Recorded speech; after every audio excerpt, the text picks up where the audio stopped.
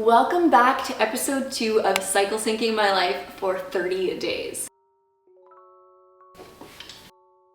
We have officially moved into the ovulatory phase, and today's video is actually going to look a little bit different. When I started the process of documenting my attempt to cycle sync my life with my menstrual cycle, I knew that not everything would go to plan. Unfortunately, towards the end of my follicular phase, I got a pretty bad cold. Nothing super serious, but I was running a fever for a few days and I had literally zero energy. If you're familiar with the basics of the menstrual cycle, your ovulatory phase is quite short, and it did fall during that time. There are quite a few things that I knew I wanted to talk about in this video and share with you, and I was just not up to doing it.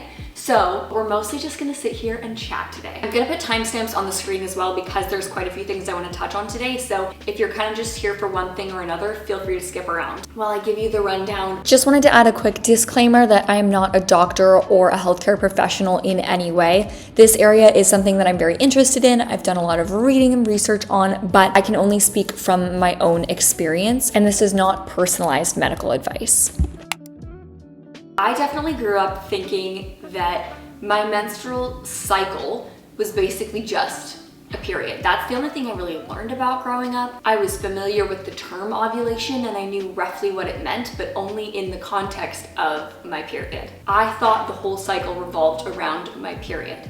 And in fact, the cycle is actually much more based around your ovulation. In each cycle, your body is preparing to potentially conceive a baby. And ovulation is the window that opens up for that to actually take place. During your follicular phase, so the phase previous to this one, your estrogen levels are rising and there are some eggs maturing in your ovaries, each one in a follicle that is getting larger and larger, competing with the others, and eventually the biggest follicle will release an egg into your fallopian tube, and that is when you ovulate. So your estrogen is gonna peak, that egg will live for around 24 hours waiting to be fertilized, and then if it's not fertilized, it will disintegrate. So there's only a 24-hour period in which fertilization can actually happen. I consider my ovulatory phase to kind of be the day 2, 3 around when I'm ovulating. Depending on who you ask, some people don't even consider this a distinct phase because it is really a singular event. If you grew up being told that the menstrual cycle is 28 days, you may have been told that you're gonna ovulate on day 14 every month. Just to get this out here right now, that's not true. You might ovulate on day 14, but that's not something that you should rely on or expect, particularly if you are either trying to conceive or trying not to conceive. That's not a reliable date. The date of your ovulation can fluctuate every single month. Your body may delay ovulation if it's under stress. You could ovulate on day 10 or day 15 or day 18 or day 27, depending on what is going on in your life. So it's really important to learn how to pay attention to your body's signals to actually determine when that is. If you're looking to incorporate cycle syncing into your life, or you just want to learn how to track your cycle, the number one thing I would suggest would be tracking your ovulation, because having the information of date of ovulation and date of your period will start to help you get a bit of a sense for the rhythm that your body's going through. And once you know those things are happening, you can pay attention to what other things going on in your body might be happening at the same time. I had the opportunity to partner with Ovary on this series. Ovary is a reproductive health company that makes incredibly high quality ovulation tests, pregnancy tests, and male fertility kits. They are Canadian owned and manufactured, and their tests are so incredibly helpful in identifying when you are at your most fertile. While I definitely wasn't feeling too hot in my ovulatory phase, I did want to film the process of taking an ovulation test just to kind of show you how easy it is. Ovary ovulation tests come in these packs, and each strip is individually wrapped in a little foil pouch. Once you open it, you're just going to want to hold the strip at the colored end and then immerse the other end of the strip. It has arrows, so you'll know exactly how deep to put it, into a little cup of urine. One thing that I found so helpful is that they actually give you little cups to pee in the boxes, which sounds like such a small thing, but if you've ever tried to take a pregnancy test and realized you didn't have anything to pee in, you know that feeling of just like utter panic. After about 5 to 10 seconds, when you can see the liquid in the test window, you want to lay the strip flat on a clean, dry, and non-absorbent surface. And then in about 10 minutes, you should be able to check. Strong positives can show up quite quicker. Mine did. Mine actually showed up in about a minute, so no question there. Very similar to a pregnancy test, a positive result is going to be 2 clear lines But one key difference that's important to know for ovulation tests is that the test line should be the same shade or darker than the control line. So it's not like a pregnancy test where if you have a faint line, it's still a positive. It needs to be dark in order to be positive for an ovulation test. Even if you are not trying to conceive, having this information is so valuable just to give you a sense of what your hormones are doing and where you're at in your cycle. Their tests are incredibly high quality and accurate while being much more affordable than a lot of leading market brands. Ovulation cramping is relatively normal. There's actually a word for it. It's German, it's Mittelschmerz. It literally just means middle pain. This is not severe, debilitating agony. This is just kind of some light cramping, typically just on one side of your uterus. Cervical fluid is another fantastic way to track your cycle. I'm not gonna go too in depth on that today, but I will have a lot of resources in the description box for a more thorough walkthrough of it and of using that to track your cycle. In terms of cycle syncing, lifestyle, work, relationships, your ovulatory phase is going to be really similar to your follicular phase. An increase in energy levels. I typically feel very creative and excited, very bubbly during this time. I love being very social this week. Something I didn't talk too much about in the last video that I really wanted to touch on today is kind of biohacking my work. Understanding how my hormone levels fluctuate has drastically changed how I schedule my tasks, plan my work, and accomplish things. Like truly. And the first half of my cycle is honestly my favorite for this. In my follicular and ovulatory phase, I just feel so excited, and this phase I'm typically very idea heavy. I feel like I am just brainstorming all day without even meaning to, which is really fun. I try to carry a notebook with me for both of these phases everywhere I go to just like jot down ideas, get them out of my head so that I can come back to them and actually focus on creating them later in the phase and in my luteal phase. In my luteal phase, I really enjoy just like following a to-do list. I like clear instructions. I like making progress. I don't love having to come up with brand new ideas. I really just want to follow the plan at this point. And then in my menstrual phase, that's when I'm the most kind of zoomed out. I do a lot of reflecting during this time, a lot of kind of 30,000 foot, how do I actually feel about what's going on in my life, in my work life? Are there any changes that I want to make? Is there anything I want to adjust? And then when that ends, I go back into a little bit more focused planning for my follicular and my ovulatory phase.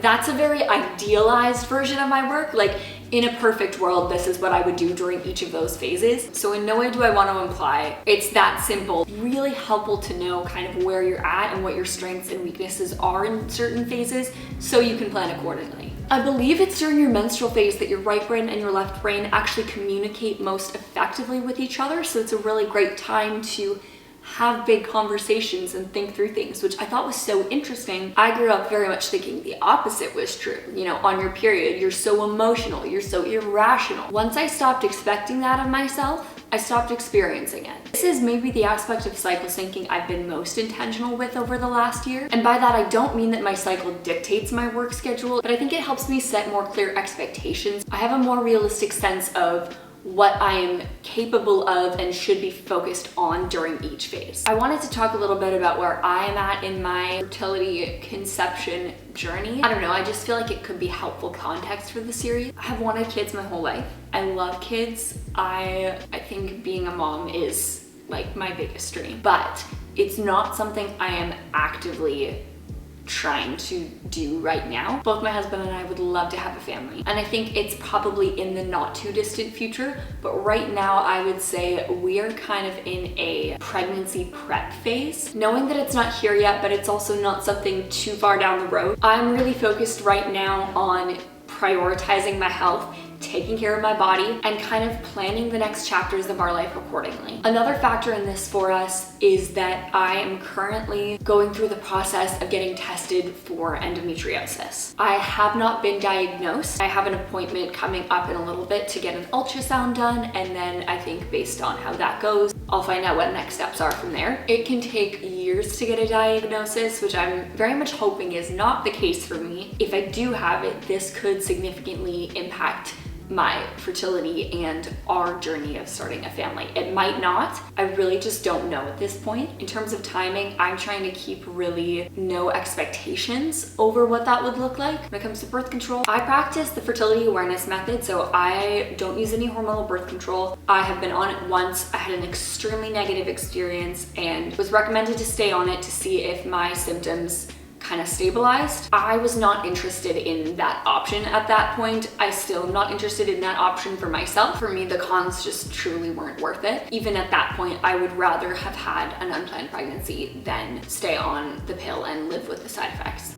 I just wanted to hop on and very quickly say that I know that it's such a privilege to be in that position where an unplanned pregnancy is something that I could comfortably, easily deal with. Even just living in Canada and having universal healthcare makes such a big difference, and having the support in my life from my husband and my family, that counts for so much. I have found hormonal birth control is not a great option for me, and I do think there are a lot of negatives that don't get talked about enough. That said, everyone is in a different position. I am a huge believer in bio-individuality, the fact that every body is different. I feel really grateful to be in the position that I am in, but I also think it's really important that everyone just makes the choice for themselves about what's gonna work best. So for the last couple of years, I've been practicing the fertility awareness method. I'm not gonna go too in depth on this, but I wanna touch on it a little bit because I thought I knew what this was for a really long time and I didn't. The very first time I started tracking my cycle, I used one of the very popular apps where you get a thermometer, you take your temperature every morning and you put it in. I didn't find that to be very effective, mainly because I never remembered to do it. Take it before you get out of bed, and you have to be really careful and really consistent. You really need to do it at the same time every day. I just could not for the life of me remember to do it. So it was really unhelpful. I purchased a Series 8 Apple Watch specifically to use to track my cycle, and this has changed the entire game for me. This was actually what opened me up to really learning the fertility awareness method, which is not just taking your temperature every day. I've recommended this to so many people. I have convinced so many friends to buy Apple Watches for this reason. Apple is very clear, this watch is not birth control. This cannot keep you from conceiving a child, but the cycle tracking features on it are phenomenal. So it has a little section for cycle tracking where it brings up a calendar, and for each day you can go in and log period, symptoms, sexual activity, ovulation test result, progesterone test result, pregnancy test result, cervical mucus quality, basal body temperature, and if you're experiencing any spotting. This also tracks my wrist temperature every single day. So I wear this to sleep every night. I usually charge this in the mornings when I'm getting ready, and then I wear it throughout the day. Sometimes I'll plug it in again in the evening if it needs it, and then I wear it overnight while I sleep. And it records my wrist temperature every morning, which means I never have to think about doing it before I've even woken up for the day. I access the data through my phone in the Apple Health app. There's a section for cycle tracking where you can go in and see the wrist temperature as well as all of the symptoms that you have recorded. If you're interested in learning more about the fertility awareness method or just about your cycle in general, highly recommend purchasing the book Taking Charge of Your Fertility. And I do recommend buying this because I took so many notes in it while I was reading it. This is a really in-depth look at your menstrual cycle as well as how to track it most effectively. There's a really simple chart formula it teaches you on how to track your cycle, which is almost identical to the chart displayed in the Apple Health app when you track your symptoms. Also, when you go into the Apple Health app on your phone, you can actually export the data that you've recorded as a PDF and bring it into your doctor's appointments if there is anything you're looking to get checked out, which is so helpful, all right, you're doing that on purpose, which is so helpful. I'm absolutely going to be doing this for my endo appointment. It's one thing to try to recall and explain to a doctor, yeah, this is what I'm experiencing. It's another thing to be able to be like, on this date, these are the symptoms I recorded. This is exactly when I've ovulated every day for the last 4 months. I believe it's only the Series 8 or later Apple Watches that have this feature available, at least in terms of tracking your wrist temperature. But I genuinely think that this has been worth every penny. I think at times cycle syncing is really thought of as something that is for women who are actively trying to conceive. And while it's absolutely beneficial in that context, I do think it's also important to know that this is so relevant to your health all of the time. Your hormones are literally impacting every day of your life. I spent a lot of time feeling lost and confused and really disoriented about why I felt like I showed up so differently week to week. And learning this about my body gave me so much freedom and peace in just letting go of that. Just to know that, no, I'm wired this way. This is how I'm made. This isn't something wrong with me. I've just been trying to fit myself into a rhythm that I am not made for. And it's no surprise that that didn't work out super well. I've been loosely tracking my cycle for almost 2 years now and doing it very intentionally for probably more like the last year, 6 months. And one of the really cool things during that time is that you actually start to really learn your body. This month, while I was sick, I knew that I was kind of coming to the end of my follicular phase. And at one point I was just sitting on the couch and I just knew my body, and I knew I'm ovulating right now. This is peak ovulation for me. And I went to the bathroom and I took an ovulation test and it was positive in like 30 seconds. And I have to tell you, that was just such a cool moment for me to go, yeah, no, I know my body now. I couldn't have done that a year ago. I could have maybe guessed within a few days, but I had that moment of just going, no, I know this is peak ovulation for me. And that was so freaking cool. Ovaries ovulation tests are incredibly easy to use. I think that is pretty much it for this video. I had so much fun with this series. I'm so excited for you guys to see the next couple videos, and I really hope that you are enjoying it so far. Definitely make sure to check out ovaries ovulation tests. They retail for $2 a test and are so incredibly high quality. It is not even funny. I hope you guys have a great day, because today is a good day to have a good day. And that's it. Bye.